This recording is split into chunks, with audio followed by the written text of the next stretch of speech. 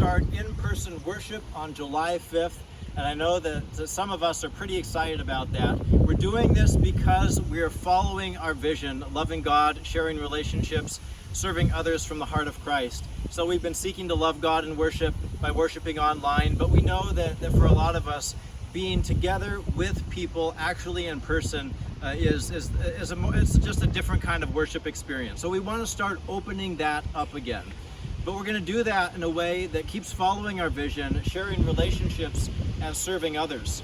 So our love for others means that we're going to change some things for how worship happens in order to protect one another and to protect our community. So we're going to walk into the pavilion to see what it's going to be like on a Sunday. It won't be perfectly set up, but we'll get a gist of what it's going to be like and the kinds of procedures we'll have in place when we come to worship on July 5th. So here's a worshiper that's coming to worship. It's Debbie Brooks, a member of our reopening team, and you can see that she's coming wearing a mask. It's the recommendation of the reopening team and the session that masks be worn in worship, and I'm going to say a little bit more about that because we know that mask wearing isn't something that's going to work for everyone. But Debbie is coming in wearing her mask, and at this table here there will be bottles of water, and on the posts we'll have some hand sanitizing stations. We'll ask everyone to sanitize their hands as they come in. On July 5th, we're going to share in the Lord's Supper for the first time in 4 months? And I can't believe that. That's probably the longest stretch of time I've ever gone personally without sharing the Lord's Supper, and maybe some of you too. So I'm really looking forward to that with the church. We're going to need to do it differently in order to practice good safety guidelines. So what we're going to do is use some of these little pre-packaged cups that have a wafer on top. There's a layer that you peel off to get access to the wafer, and you take the wafer. There's also another layer that you peel off after that will open up the cup to drink the juice. So these cups will be ready for pickup on the way in.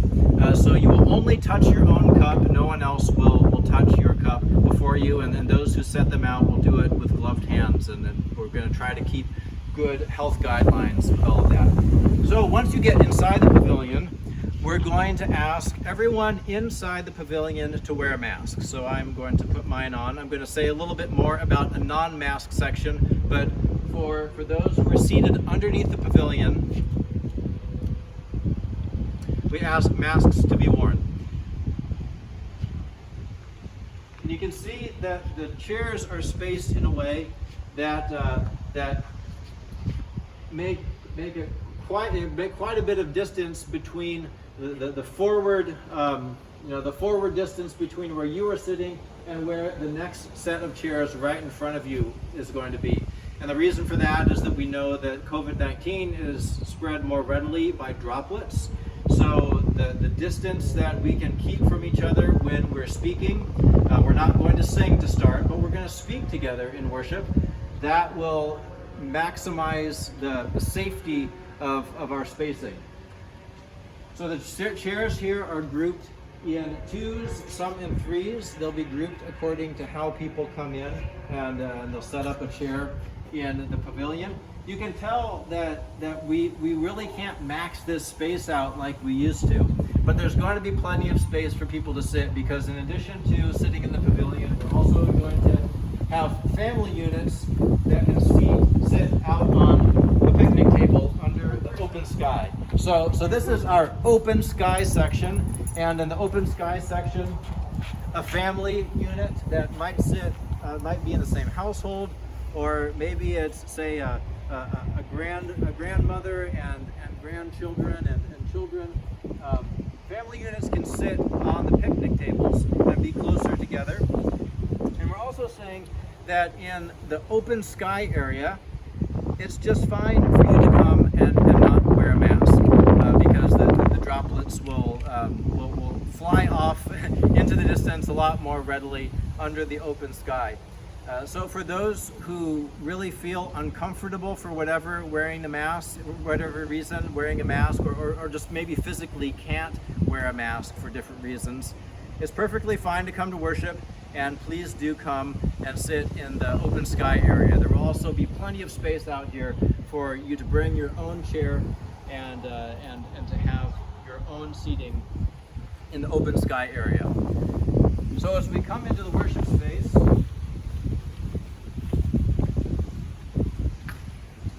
there's lots of room in this area because this is where the worship leadership will happen. I will stand right about here, and the praise team will be off in that corner.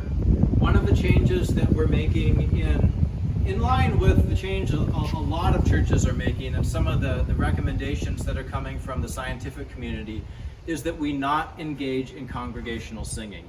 And for me, that's going to be hard and in a way kind of heartbreaking because I really love to sing.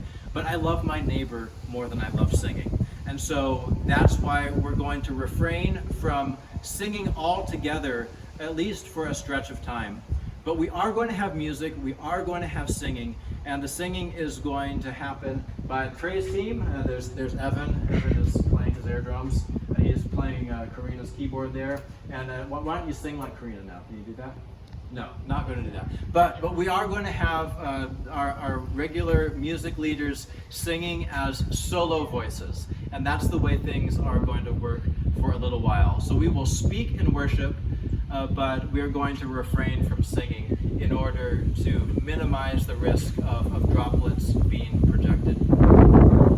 So we know that habits are hard to break. And so things are going to feel pretty different in some ways when we come together in worship. We're going to need to be extra vigilant about keeping our distance, not only when we're coming in and going out and seated together, but also when we're talking with each other afterward.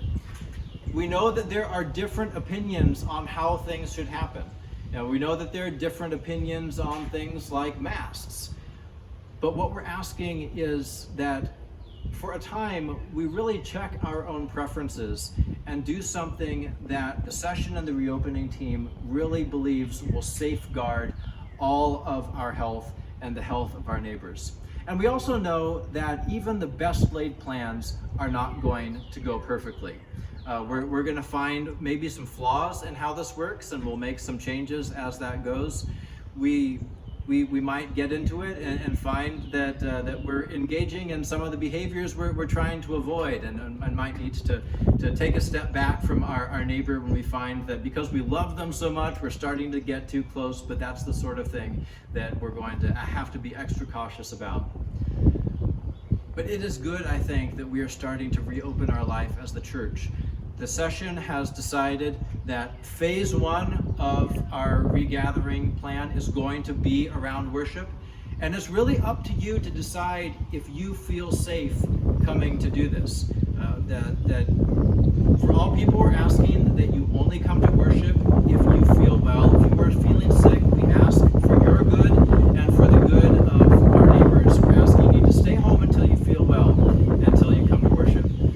We want you to come to worship feeling comfortable about what the procedures are going to be. So if you have any questions about something, please go ahead and ask me, and I will try to explain that the best I can or find out the answer for you if I don't know. We want you to come to worship because you are ready to be part of the way we are doing things right now. So that if you want to sit in the pavilion, that yes, you are willing to wear a mask. That yes, you are willing to share in the distancing that we're going to observe. That yes, as hard as it may be, you are going to refrain from singing unless you are one of the worship leaders.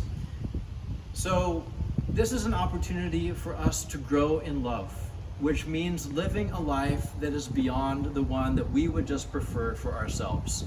This is a profound time, and it's my hope that we come out a more loving community as a result of this, because we're going to keep living into our vision in worship and otherwise, loving God, sharing relationships, serving others from the heart of Christ.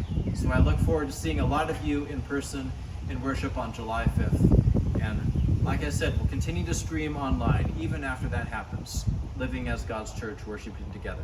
God be with you all.